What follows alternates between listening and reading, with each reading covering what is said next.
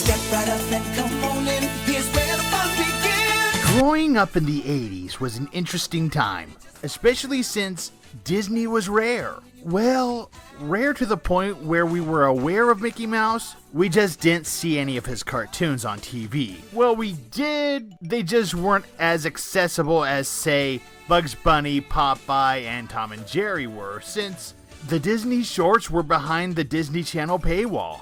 You see, when I say Disney was special in the 1980s, I mean there was no DVDs, and VHS tapes were not that affordable back then. There was no oversaturation of products in Disney releases. In fact, Disney only released 5 animated movies in the 1980s. Well, I mean that weren't television movies or specials, or re-releases of older Disney cartoons. When I say that the Wonderful World of Disney series was a special time, I mean it was a special time as my family would gather around the television to watch Disney movies and specials like Dumbo, Winnie the Pooh, and Alice in Wonderland. It was a time where we were not sick of the name Disney.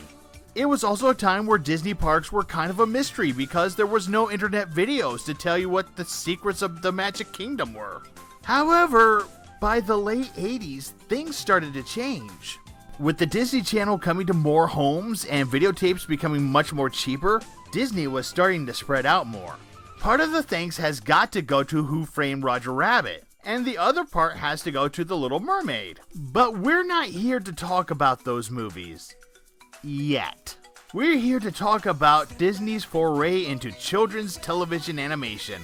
Outside of the Disney Channel, that is. You see, outside of the Disneyland television series, and a few TV specials, Disney never really had original animation for television.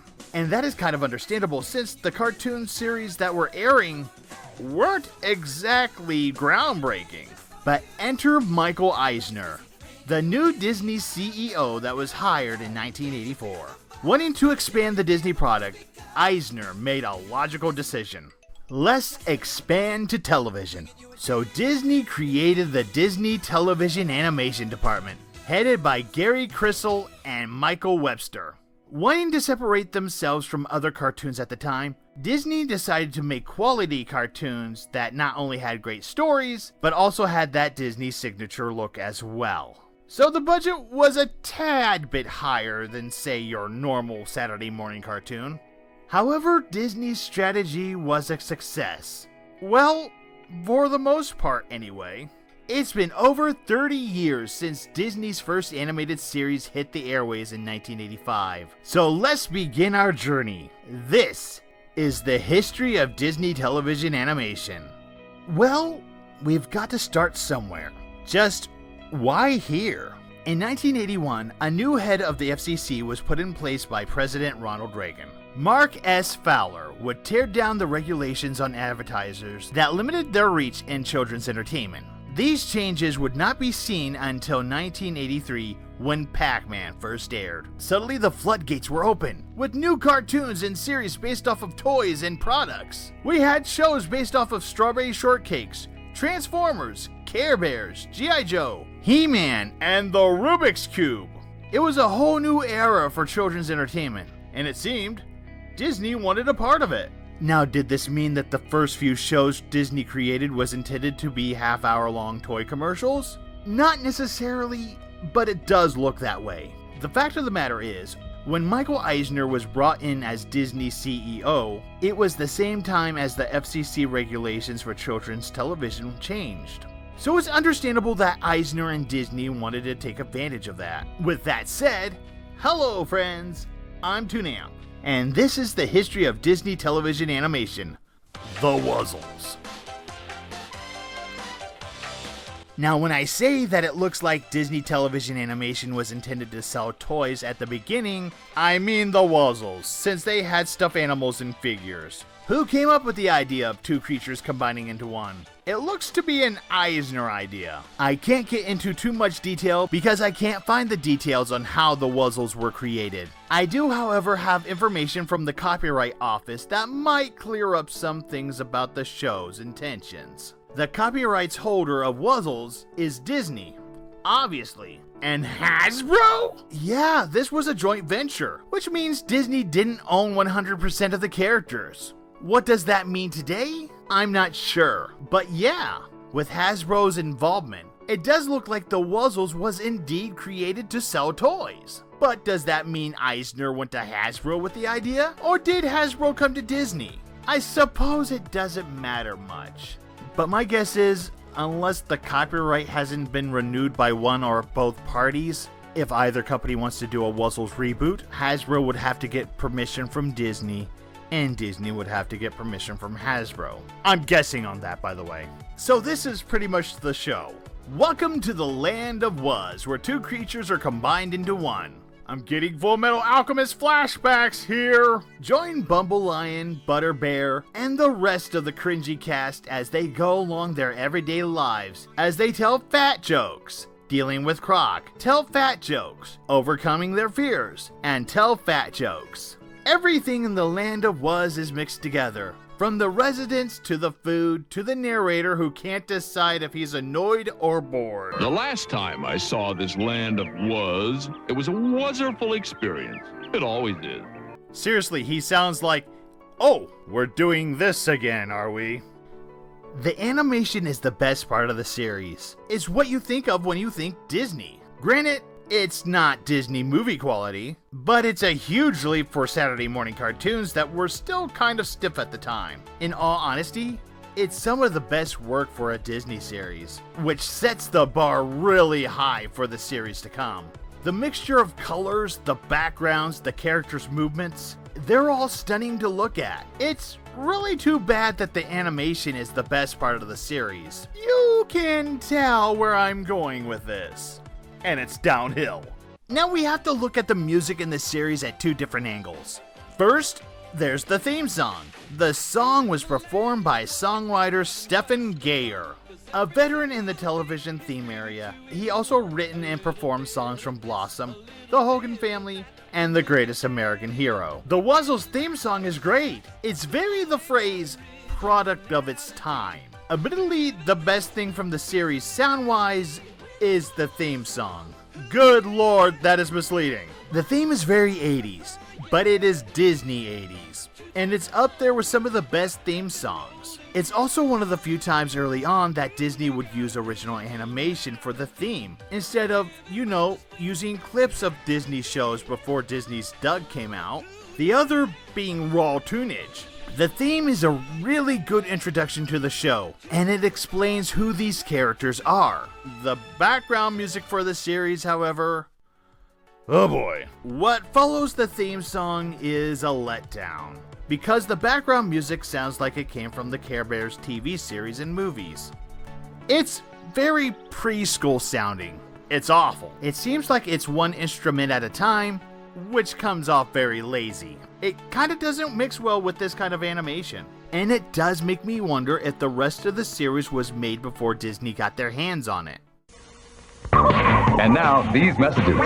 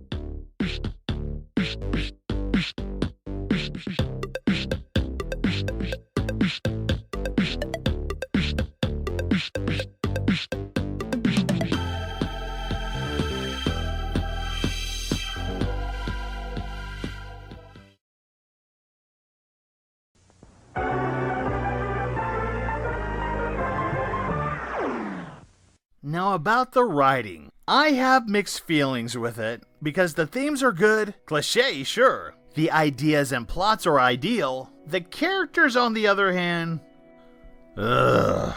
There are 6 main characters. Writing-wise, I'm fine with most, with the exception of 2, Rhinoki and Hoppopotamus. And I'm not just talking about their voices. Hoppo is a female hippo bunny hybrid who craves attention and dreams of stardom. She is constantly looking for the spotlight, but the problem is, she is unaware of how bad she sings and acts. So she keeps trying to sing and act in almost every episode. You're too big for the part. You mean I'm too big a star for this little theater? Well, let's just say someone like you should be on the widescreen. It gets tiresome after the first episode. It also doesn't help that she is a hippo because, oh boy, here comes the fat jokes. And it's not like she can help it. Hey, we also have a character who's part elephant. Why aren't you making fat jokes at him? Anyway, most of these fat jokes come from Rhinoki, the rhino monkey chimera. Oh, he thinks he's funny. He's not. He's all puns, but he thinks he is. He's like Luann Loud in a way. However, I like her character. Well, most of the time anyway. But Luann is the same premise as Rhinoki. But why do I like her better? I think part of the reason why is Rhinoki is intentionally mean. You know how badly I want to sing the Was national anthem. And no one can sing it as badly as you. Sure, Luann has her April Fool's Day episodes, but yeah, I still don't think they're intentionally mean.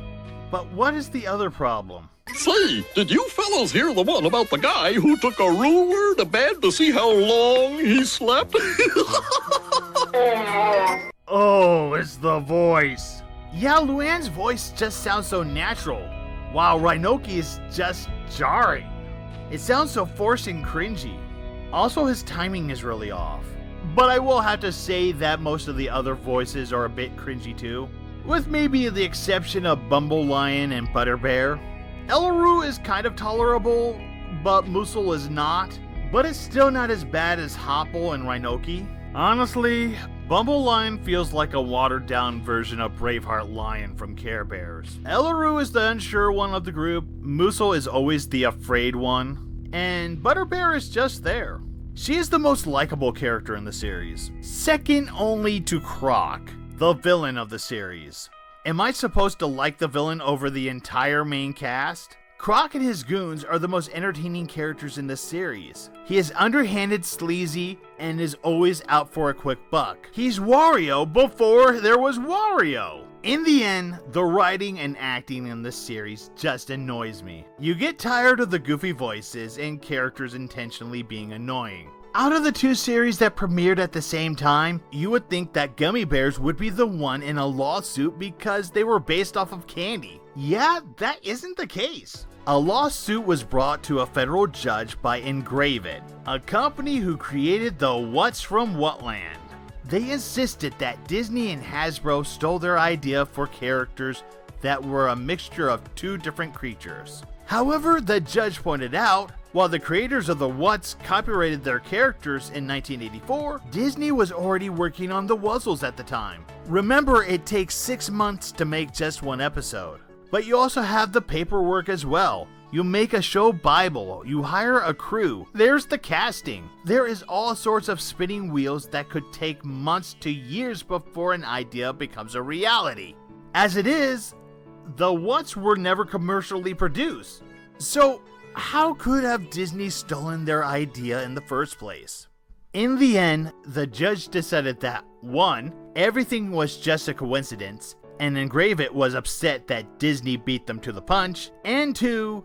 You can't steal an idea because the copyright laws do not protect the idea itself. It's kind of the reason why we get so many damn kids becoming the parent and the parent becomes the kids episodes from TV series. In the end, the judge threw out the case. The Wuzzles' original run aired on CBS Saturday mornings at 8:30 a.m. and competed against Disney's own Gummy Bears. Yeah, it is kind of weird that Disney would have their first two shows competing against each other, but that is what happened. While both series did well in the ratings, Wuzzles did not go beyond the first season. The question is, was that a Disney Hasbro decision, or was that CBS's decision? Well, there's more to that and we'll get there. But after the first season, the show was moved to ABC at 8 o'clock in 1986, where it aired in reruns. Now, why the series didn't continue is interesting. It's because of the death of the actor of Wuzzles, Bill Scott, which is interesting because Scott also voiced Gruffy Gummy and Toadwart from Gummy Bears.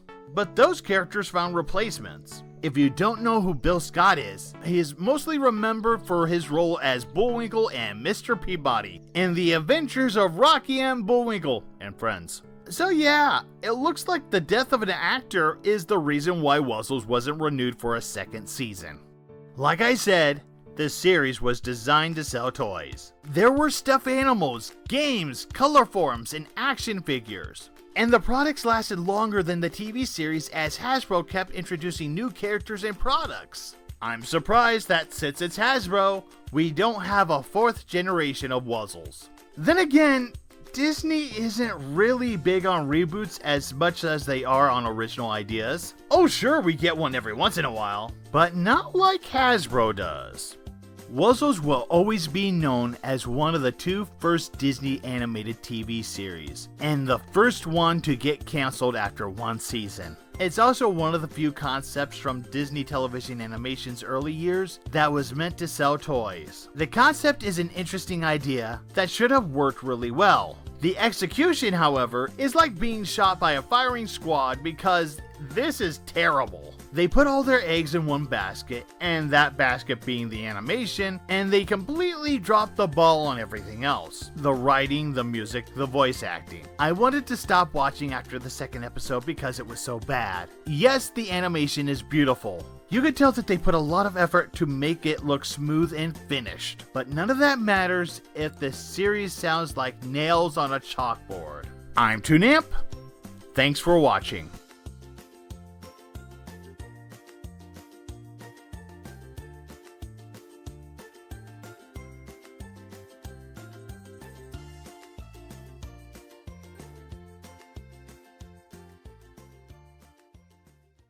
I got a wazoo, I'm gonna snuzzle. Name's Hippopotamus. Cuddly as can be, 'cause she's part hippo and part bunny.